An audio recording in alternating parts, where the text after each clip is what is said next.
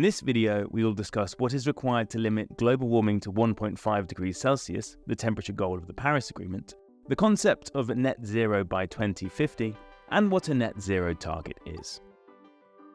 Net zero is the point where greenhouse gas emissions produced by human activities are the same as those removed from the atmosphere. Reaching net zero in an orderly way is essential if we are to avoid the worst impacts of climate change, enable economic growth, and deliver a rise in living standards. Greenhouse gases are building up in the atmosphere. The amount of global temperature rise is directly related to the total amount of greenhouse gases that build up. Think of drops of water slowly filling up a bucket. The amount we can emit before exceeding certain temperature thresholds is called our carbon budget.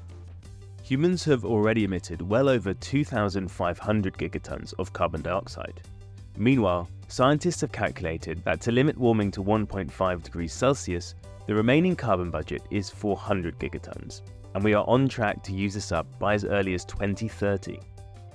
The most recent scientific findings indicate that achieving the goal of 1.5 degrees Celsius means achieving net zero carbon emissions by around 2050.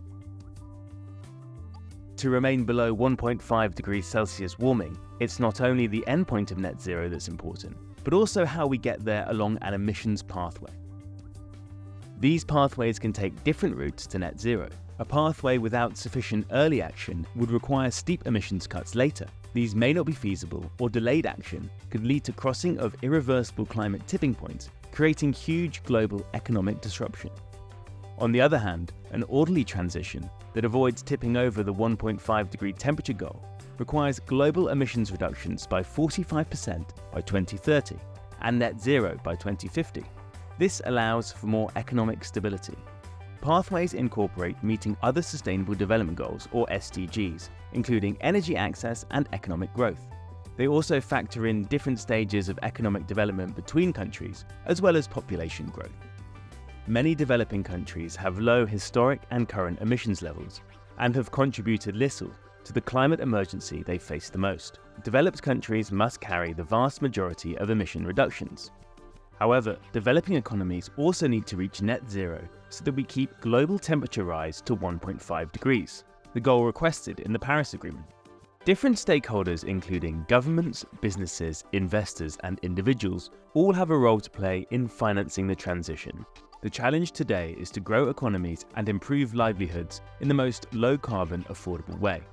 We discuss investment opportunities for low-carbon development in another video in this series. Net zero targets are set at a country level, as well as at corporate and financial institution levels.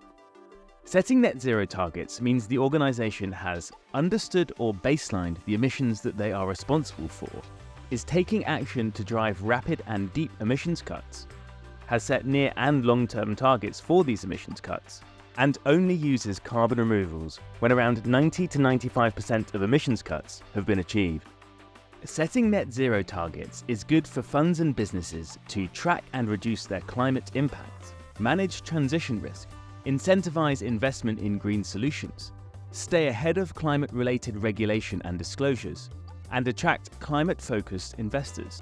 Many standard-setting bodies now offer guidance on how to set meaningful net zero targets.